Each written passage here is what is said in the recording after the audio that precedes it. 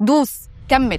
ايه ده، زدت في الوزن؟ يلا معلش. في التسعينات العلماء كانوا فاكرين ان السمنه مساله اراده، وان اللي بيخس هو اللي شد على نفسه، وان اللي بيفشل هو الضعيف، لحد ما حصل اكتشاف غير النظرة دي بالكامل. سنة 94 اكتشف باحثين هرمون جديد اسمه ليبتين، وقتها اتوصف ان ده هرمون الشبع، ولكن الحقيقة ان هو كان اكثر خطورة وتعقيدا من مجرد زرار بيقفل الشهية. الليبتين بيطلع من الخلايا الدهنية، وكل ما الخلايا بتزيد المفروض ان اشارات الشبع بتزيد، لكن الجسم مش بيستخدمه عشان يمنعك من الاكل، هو بيستخدمه عشان يحافظ على وزنه اللي متعود عليه. يعني ايه؟ يعني لما تبدا دايت قاسي وتخس بسرعه مستوى الليبتين بينزل فجاه، والجسم بيفسر ده على انه خطر مش نجاح، فبيرد بإبطاء الحرق وزيادة الإحساس بالجوع، وكمان بيرفع حساسية المخ بالأكل. في نفس الوقت هرمون تاني اسمه جرلين المسؤول عن الإحساس بالجوع يعلى، مش لأنك ضعيف، لكن لأن جسمك فاهم إنك داخل مجاعة، ومن هنا تبدأ الحرب الصامتة. انت عايز تخس وجسمك عايز يعيش. العلماء بعد كده فهموا ان معظم الدايتات الصارمة بتكسر الاتزان الداخلي للجسم، فالجسم بيدافع عن نفسه بكل وسيلة يقدر عليها، وده يفسر لناس كتير انها تخس بسرعة وبعد كده ترجع تاني، واحيانا بترجع اكتر من الاول.